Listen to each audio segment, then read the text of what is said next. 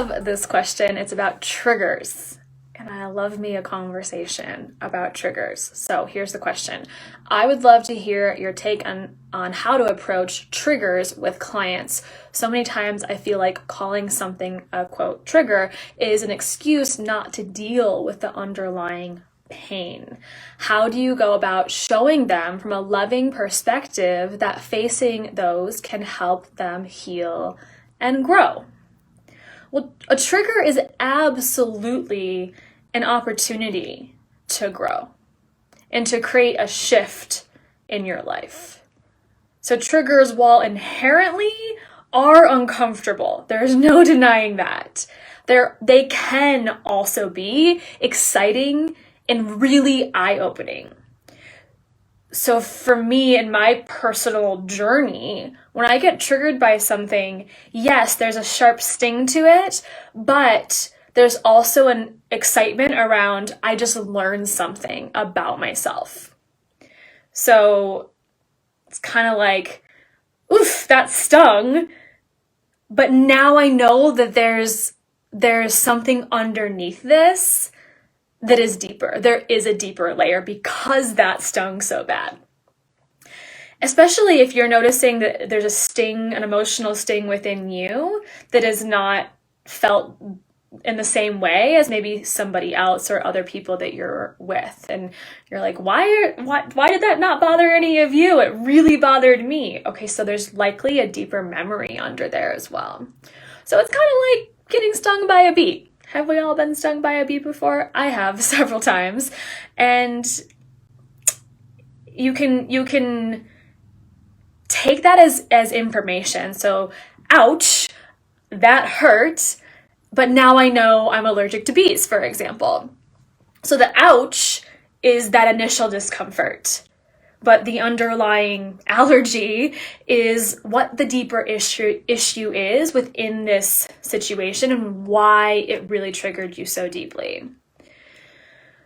So I'm curious, in this question, it sounds like the awareness of the triggers is there.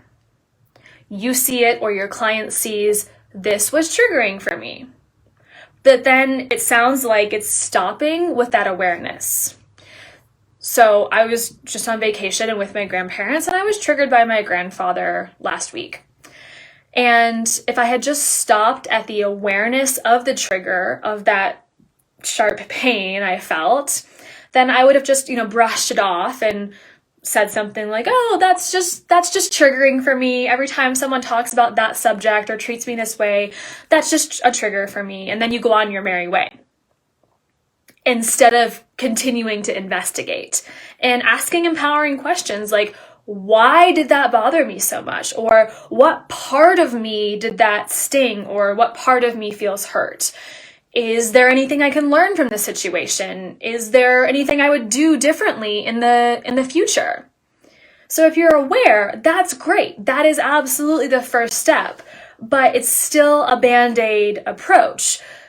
So the next time you're going to be just as triggered, and it's never going to get more comfortable. You're never going to overcome that allergic reaction to the bee sting. It's going to be just as inflammatory for your being as it was the first time, over and over again.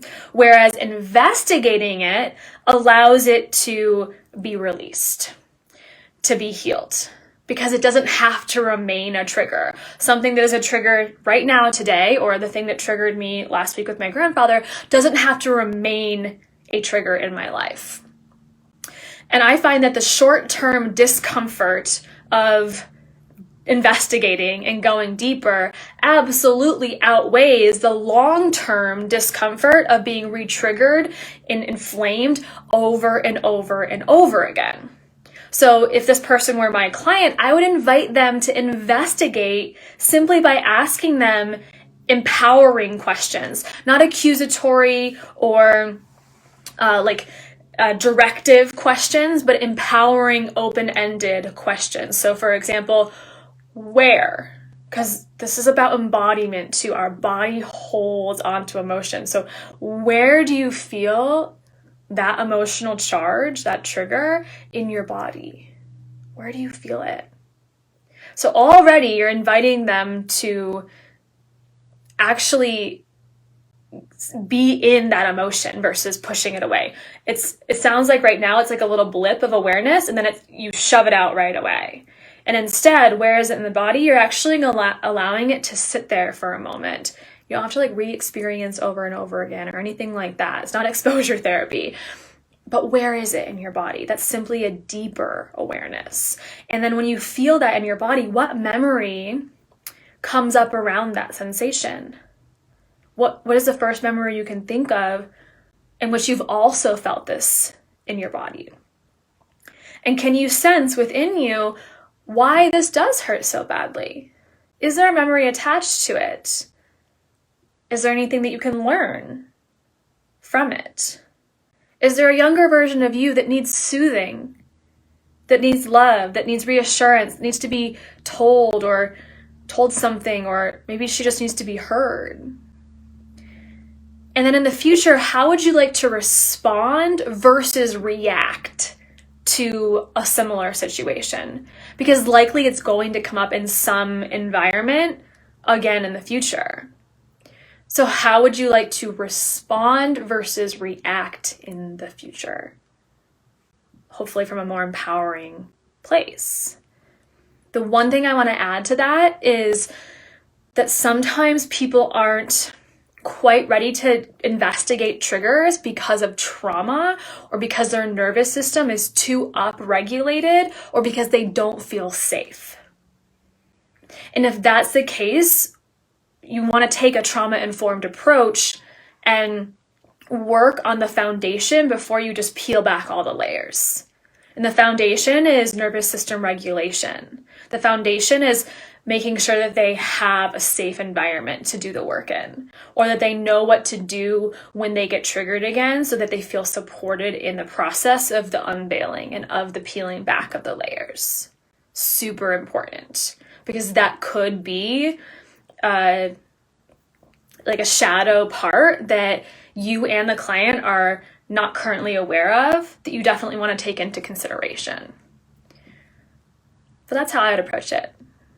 I would invite them to investigate through empowering questions, and maybe the loving, gentle reminder that that short-term discomfort of investigating certainly outweighs the long-term discomfort of being re-triggered, inflamed, that builds then into a chronic inflammation emotionally or energetically, maybe even physically in their body. And if they truly want to change, which I'm guessing if they're working with a coach, they do truly want to change, they're invested in this, then, why wouldn't we go there? Let me know if you have any questions on this. I love talking about triggers, as uncomfortable as they are, and I hope you guys gain something. Love y'all.